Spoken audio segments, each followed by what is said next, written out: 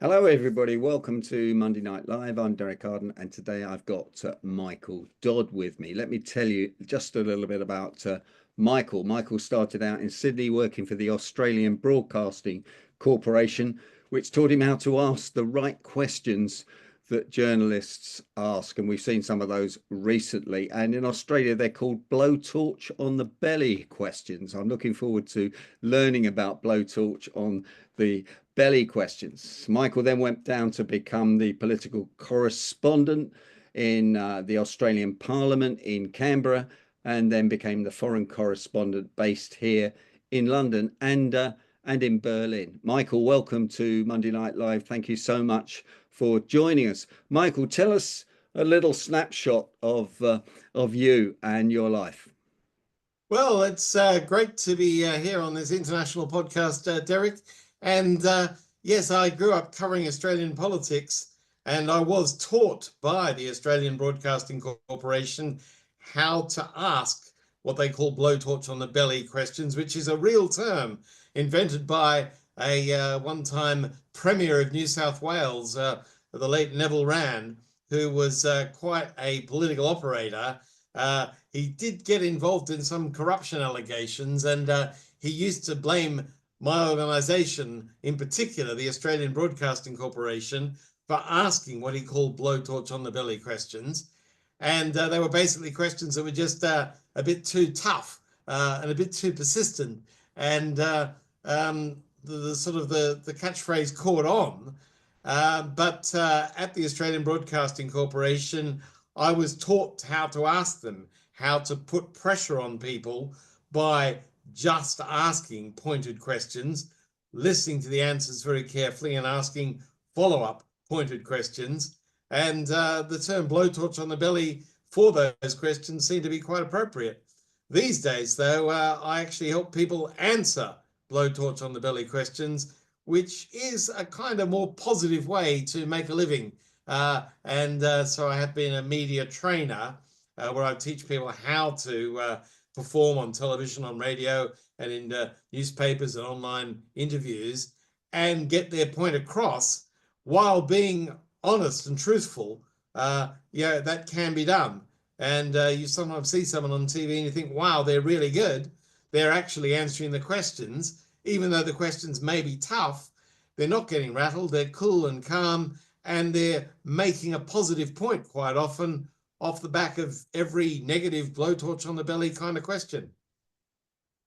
Well, we'll come back to some of those blowtorch on the belly questions later, because I'm fascinated by it, because I can see some people handle them well and some people handle them really badly. But you emigrated to the UK. Why did you do that? You left the sunny climate of Australia. Everybody was going the other way, I thought. What was the game there? Well, there is a bit of a tradition dating back to before I was born, where people like Clive James and Germaine Greer felt that London was the place.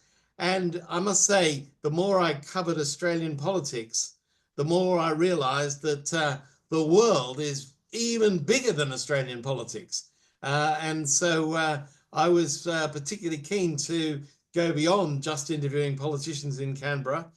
And when I came over, left Australia in 1988 on a year's work experience, which I kind of feel as though I'm still on in a way. I got to cover the anti-communist revolutions in the Eastern European countries. Poland is where I started, and what was called Czechoslovakia.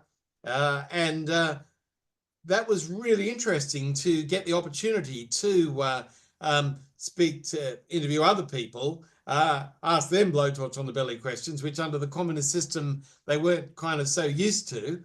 I realized that, yes, the world is bigger than Australian politics. We don't have revolutions in Australia. This is a really great place to work in the Northern Hemisphere. How did you find Prague when the Berlin Wall came down? Prague and Berlin and places like that.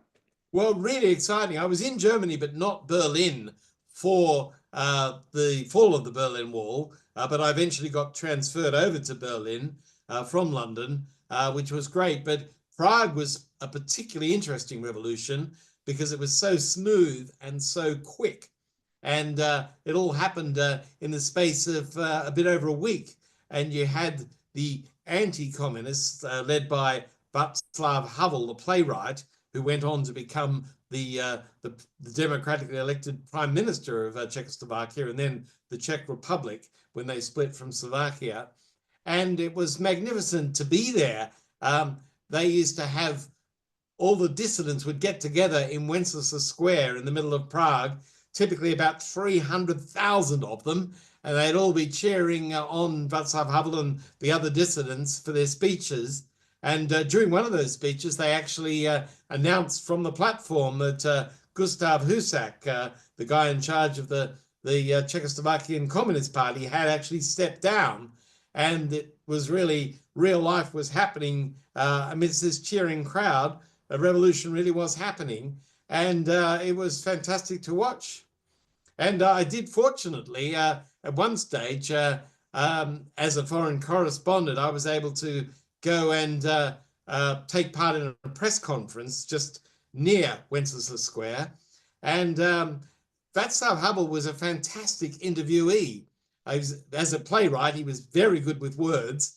And the question on this particular occasion, which was when things really were unraveling for the communists, after Husak had stepped down.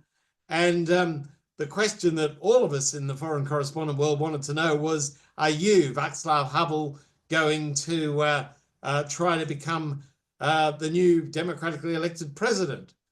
And he gave one of the great answers, which inspires my interest in how you can give great answers to tough questions. He was asked by quite a few of us, including me, you know how journalists, when they get together in a pack, they tend to hone in on a particular question. And so I wanted to ask the question on behalf of the Australian Broadcasting Corporation, are you, Václav Havel, going to try to become the president? He wouldn't give a direct answer, but he gave a very good answer because he made it clear he wasn't going to answer the question. But when I asked the question, he gave an answer which kind of really stunned everybody at the press conference, which was he spoke instead about the qualities which the new president should have. The new president should be wise, should be sensitive to what the people need, interested in democracy and things like that. And by the time he'd finished this great list, everyone thought, well, who the hell does that remind us of? Václav Havel. And the next day in Wenceslas Square and all around in Prague, all these posters went up saying Václav Havel to the castle, because the castle was where the leader of the country lived, and it overlooks Prague. And everyone thought that that's where Václav Havel should be living. And sure enough, these posters went up and they ended up having democratic elections. And guess who won? Unfortunately, he didn't live as a long time as president, but he was extremely impressive while he was there.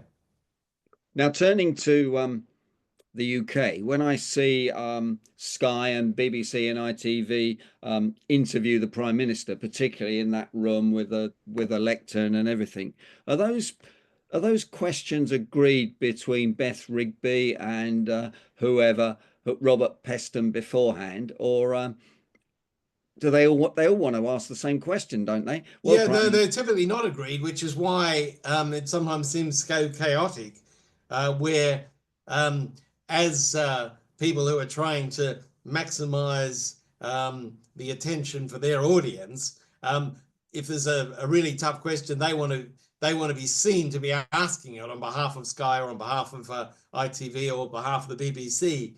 And so you do get this kind of car crash situation. We used to get it in the COVID daily press conferences quite often.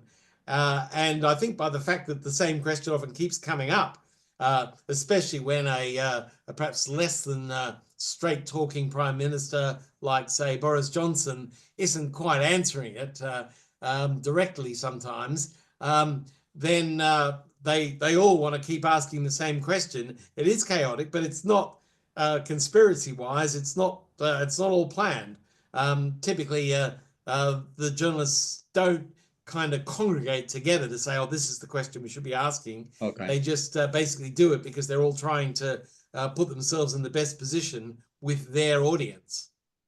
With their audience, or with their editor, or with their, or trying to make a name for themselves? Well, that's part of that. The editor is part of a very important part of the audience. It's a bit like, as you know, as a professional speaker, Derek, you have an audience, and everyone in your audience is impressive and important for you. But the person who's actually organised the booking to get you talking on the platform is, probably the first among equals as the person. And I suppose, Beth Rigby and the other correspondents are all thinking sometimes, well, what's going to get the best answer that's going to impress the editor-in-chief back in the office?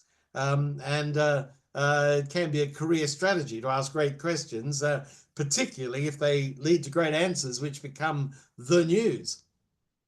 Beth Rigby looks like she's been trained by you, Michael. She looks like she's got some blowtorch on the belly questions. But presumably, if the BBC asked the question she was going to ask, then she's got to sort of change her tack fairly quickly. Well, the thing about how you're thinking as a correspondent is sometimes you're thinking, well, I need to ask a different question. Sometimes there's one overriding question which is so important, which you feel as though you must ask. But other times you can phrase a question differently and make a bigger splash with it. So the journalists are all kind of playing that game themselves about, in their few seconds of fame when the spotlight is on them, they are trying to ask the most often the most devastating question or the most insightful question, not because they're looking for the person who's answering the questions to say, oh, that's a great question, Beth. That's not what you're looking for, but you're looking to make a splash in your report. And if you can do it by incorporating in your report your question and your answer, particularly if it led to something new, then you've got an angle which you're able to get across to your audience that you kind of own as the journalist. And so that's incentivizing you to ask the best, but often if they're good questions, they're short, sharp questions which make the biggest impact. Sure. So when did you decide to stop being a journalist and to start training people in sitting on the other side of the fence, I suppose is the word, and why? Yeah, it wasn't a particularly sort of one day kind of jump, but I worked, as I was working for a foreign correspondent, I felt as though it was okay to accept media training work, where I was training some people to give interviews, but you don't really want to be in a situation for ethical reasons where you're interviewing someone who you've trained, which hasn't actually ever happened. But I used to go on Sky TV quite a lot as a foreign correspondent living here. And in fact, Sky very generously called me the Australian journalist, although other Australian journalists are available. They used to have me on to do newspaper reviews, which was quite good. And they would want a kind of outsider's perspective to comment on things that were happening in this country, or to explain what was happening in Australia sometimes. That was quite good, but it was quite high profile. And so I actually thought I quite like the idea of training people to give great answers, not just to journalists, but to other people as well. Often I train business people, and they don't so much want to do media interviews, but what they do want to do is give better answers to the tough questions they get from their clients, their prospects, from government officials, and particularly from their own people who know where the bodies are buried in the company. And so I was sort of shifting, thinking, well, this is a great place to work. It's kind of more positive than journalism in a way. I don't mind asking negative questions, but when you're working with people for a day or a week and they're coming away at the end of it as saying, oh, I really feel empowered. I know how to give great answers to journalists. I didn't know that before. And I know how to give great answers to my own people and to officials and whoever asks them. It's a very positive feeling. And I do that at conferences sometimes when we get people on stage, and I subject them to blowtorch on the belly questions and then critique their answers so that I work on the content of what they say, the way they structure their answers, and I give them the golden formula for giving great answers to tough questions. There are a couple, and that is something which audiences don't typically come across. And so I was doing that more and more. So I thought, well, I may as well make the jump and actually make this my number one thing, which I have. Fantastic. You better give us the golden formula then, hadn't you? As you've tempted us into asking you for it. Well, there's two ways I can deal with that. I can give it to you, or I can point to the book called Great Answers to Tough Questions at Work. I believe you've been reading it yourself, Derek. I have it. And if you get to one of the early chapters, there's one that's something like as simple as A, B, C, D, E. And I will tell you the golden formula, which is as simple as A, B, C, D, E. It's very easy to remember. And it's basically about being honest and truthful in relation to it. It's not trying to do a Donald Trump or a Vladimir Putin where you're giving avoiding the question and saying something else. It's all about a really great answer typically does deal with the question, but it also typically moves on to get across a positive message on the topic of the question. And so I'll run through A, B, C, D, E if you like.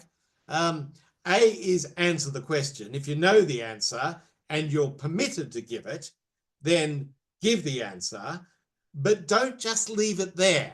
And if you don't know the answer, be honest and say, I don't know the answer because, and give a reason why you can't or won't give the answer. I mean, it could be in business world, it could be for client confidentiality reasons, or where you might know the answer, but you can't, invade the privacy of your own clients. And so you actually give that as a reason. So A is answer the question, or if you can't answer it or won't answer it, acknowledge the question. Don't pretend the question hasn't been asked. Then you move on to B, which is it's for bridge, which is a simple formula of words which enables you to move things on after you've actually given your answer or explain why you can't answer it. Yeah. So a bridge could simply be something like, what's really important in relation to your question is this.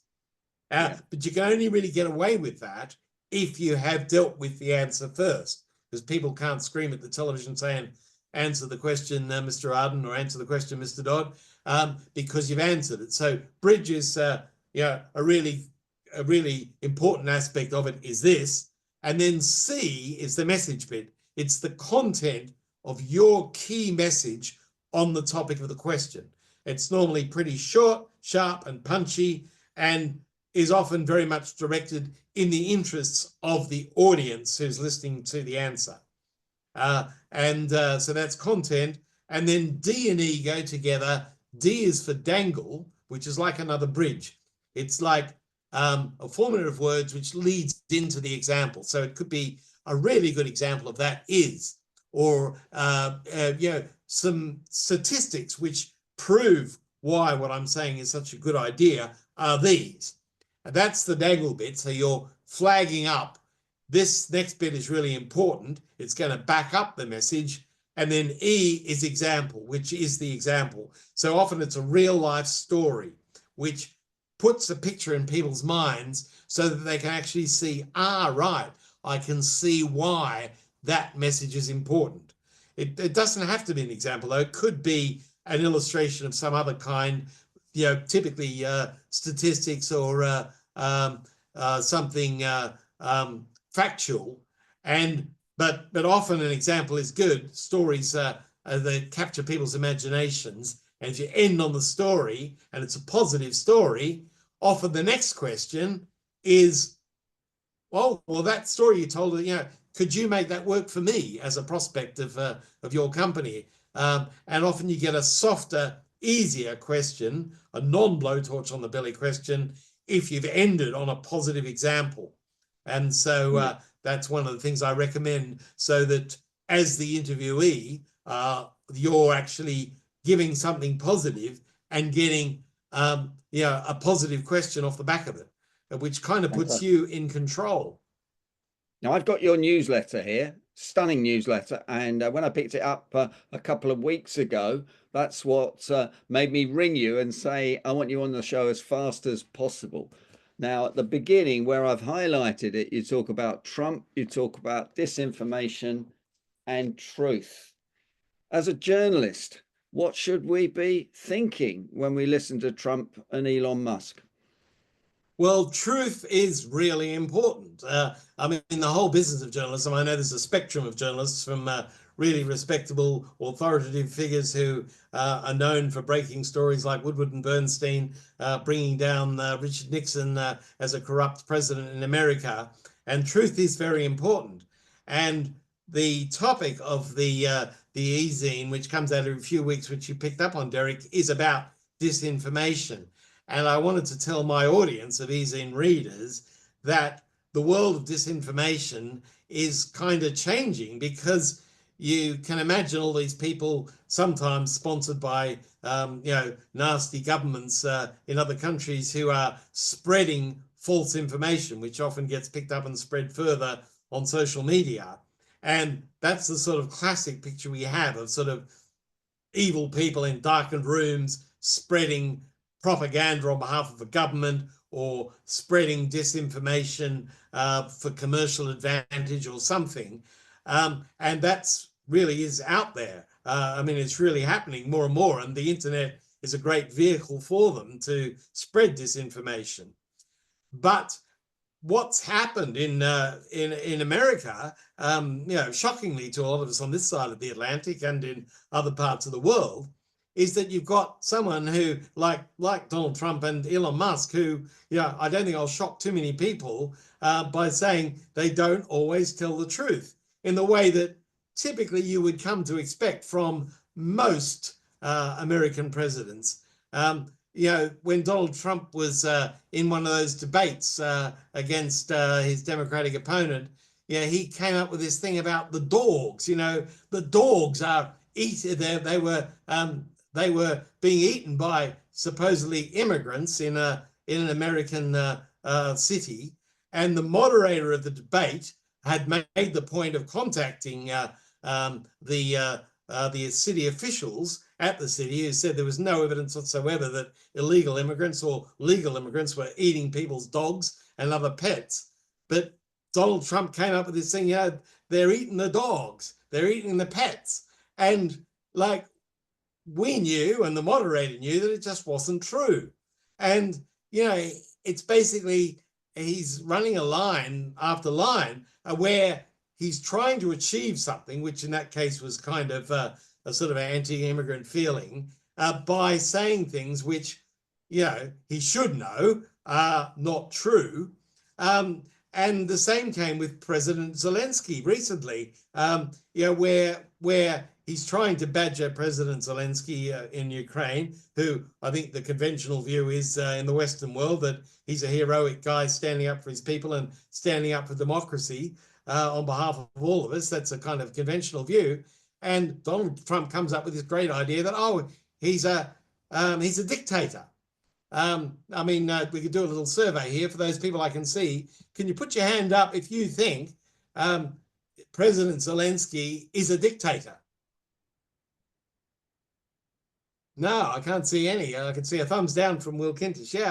Yeah. And so you've actually got someone in the White House who is spreading disinformation, just like these other people spreading disinformation. And it seems to be, very sadly, based on the Nazi Germany Goebbels principle from the Minister for Propaganda in the Nazi government. A lie told often enough becomes the truth, which puts a lot of pressure on journalists to be there trying to tell people what is true.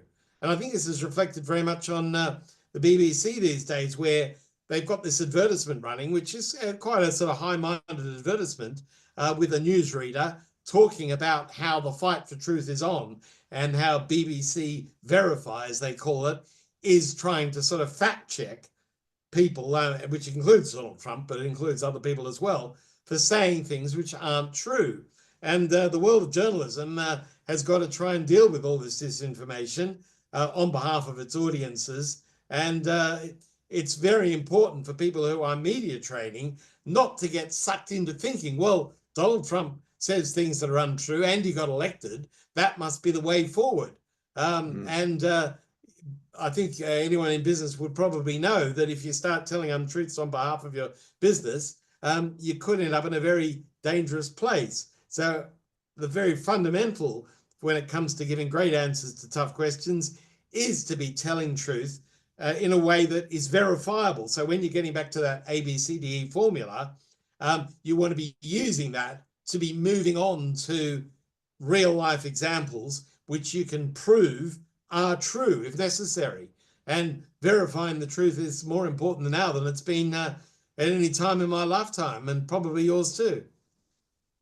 So how come the American government allowed Elon Musk to buy Twitter or X or whatever it's called? Because it seemed a very stupid purchase. He paid over the odds for it, but now it seems to be controlling untruths and disinformation. Is that right, or I've misunderstood that? Oh, I think there's a lot going on in America, which is really worrying from a democratic perspective. I mean, having someone who's been made a kind of a very senior sort of supreme government advisor in political ethical terms is kind of dodgy.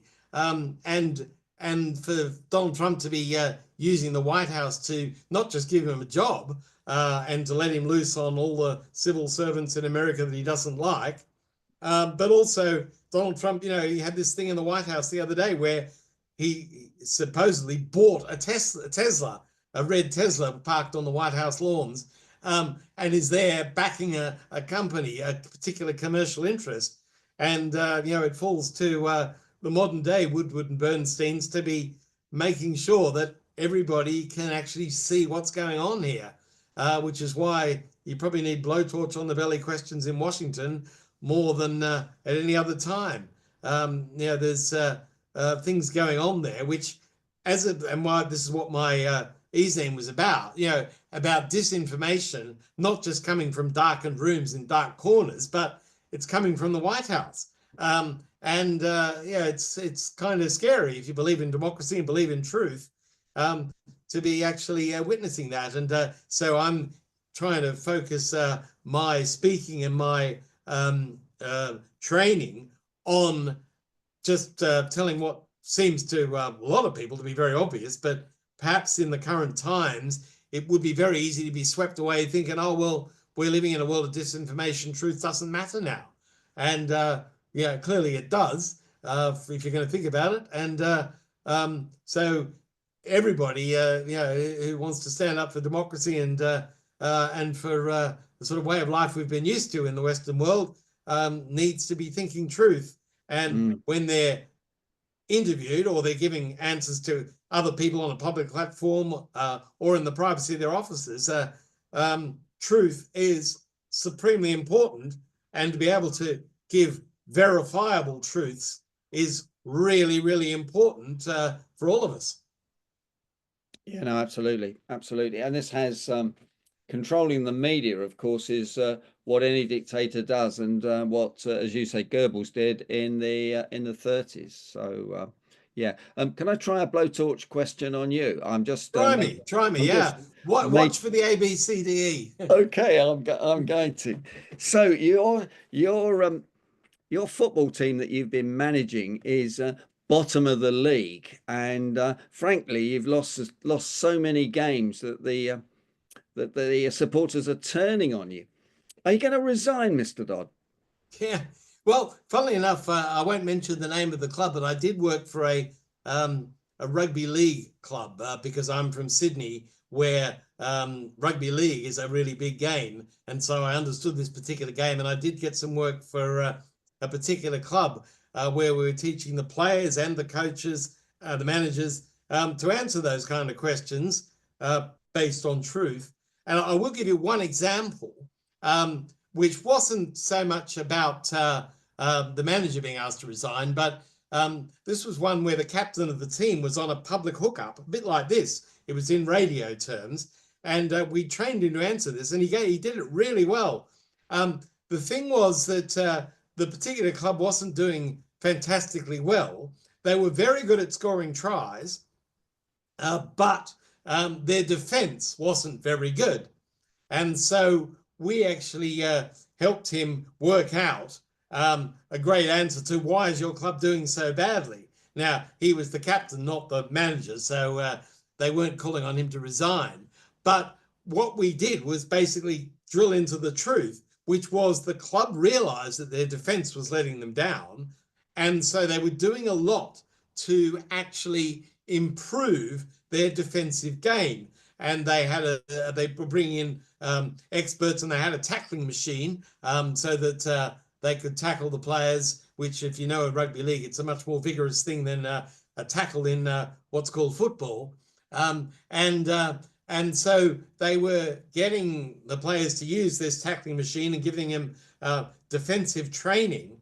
And basically the answer which the captain gave was not sort of like, oh, it's all terrible, where it's such a shame we're scoring great tries but we're still losing. He said our number one priority from now on is defense, and we're focusing on improving our defense because our attack's good. And he gave the example of the kind of things they were doing to improve the defense, and it went down very well in this hookup. And I think it was a great answer. I didn't kind of make it up. I had to be was talking about with the club officials about what they were doing to improve their defense. But it was an honest, effective answer, and it took the heat off them media-wise, which, as you probably know, whatever sporting team you follow, in this country in particular, the media is very tough on poorly performing teams. And in Australia, they tend to focus more on the players, but here they often tend to be calling for the head of the manager. And so there's some managers who are quite good with the media, and there's some who are notoriously bad with the media. And so this idea of giving great answers to tough questions is something that I think quite a few football managers could do with. I need to read your book or get you in to help them. Of course, Sir Alex Ferguson was he banned some journalists, didn't he, for asking too many blowtorch on the belly questions, and actually not letting him go. And there was a football manager yesterday, I'm not going to name who it was because he probably won't be in a job very long, and I hope this interview will last the time on YouTube, but he's decided to take somebody on TikTok when he's being videoed as he was getting on the coach. I don't think that was a very good idea, Michael, is it? You need to just take it on the chin, don't you, when a fan I think the idea of like banning questions from the media or whatever is never a particularly good idea. I mean, Sir Alex Ferguson did have a lot of media success. In some ways, I think he was very good at grabbing attention, even when times were bad for Manchester United. But I think there were sometimes like throwing a football boot at David Beckham at one point, where he perhaps didn't quite maintain a sort of a responsible approach, which you've got to basically do when you're in the spotlight. Even when you're away in the change room, throwing a football boot at your star player is probably not a good idea. And certainly losing your temper with the media never works. It just is a bad thing to do. So one of the things that I find myself teaching a lot is positivity, about giving positive answers in the face of negative questions. And I think if anyone, politician or sports manager, starts talking about banning the press or banning questions in the way that Donald Trump doesn't like the fact that the news organization AP in America talks about this thing called the Gulf of Mexico, which I learned in geography in Australia. It is a real name, and Donald Trump wants it called the Gulf of America. And AP, which is dealing with an international audience, says that they've got to call it what their international audience has historically known it to be called, because it hasn't officially changed name other than in Donald Trump's mind. And so I think if you end up in that situation where you're attacking the media or trying to ban them or put restrictions on them telling the truth, it can often work very badly against you. Absolutely. And we're nearly out of time, Michael. How do people get hold of your book, Great Answers to Tough Interview Questions in Business? Well, that is a great question, Derek. That's not a blowtorch on the belly question. You can visit my website, www.michaeldoddcommunications.com, and you'll see there's something called the Dodd blog, which is the sort of the online version of the e-zine. So if you do that, you can actually automatically sign up, and it does seem to work. My tech guy seems to have set it up, and it does work. But the other thing, you can just send me an email, and just send me a one-line email saying, hi, Michael, I'd like to receive your e-zine. It's free, comes out every few weeks. I don't make it every X number of weeks because I like to wait when I think I've got something that my audience really needs. So maybe 4 weeks, maybe 2 weeks. But if you send me an email and ask me for it, you're very welcome. I'll tell the tech guy to put you on the list, and you'll start receiving it. Michael, thanks very much for joining us today, and I hope you'll stay on after the recording's finished. Michael Ogilvie does put in the chat box that the particular manager I was talking about, who will remain nameless, is Australian, and we do think he needs your help. So I think you should get on the phone to him straight after this. Well, I have actually seen a particular Australian manager. Yeah, he's not brilliant. I haven't studied it that closely, but I think just in general, if we can move what I call in the world of great answers, tough questions, move from the particular to the general. There's a lot of the managers are not particularly great at dealing with the media. They tend to get rattled and a bit ratty very quickly. And what you typically want to do, and it's a lot easier if you plan, prepare, and practice for it, and you actually think, which is what we do in training sessions, think about what the great answer is to the tough question, not on the spot, because often you can predict what the tough question is going to be. And so you typically need to be thinking in advance, and you can apply that ABCDE formula often in advance. You can work out what's the message you're trying to get across. What is the great example that you're going to leave them with? And I think a lot of football managers could really do with that, not just the one in London who you're talking about. Michael, thanks for joining us. And can I ask members of Monday Night Live to give Michael the usual round of applause and vote of thanks? Thanks, Michael, for. Right, journalists aren't used to this, you know. This could go to my head. Don't let it do that. No, I'll try not to. I'll take my own medicine. Yeah, but very happy to answer any blowtorch on the belly questions or other questions from any of you.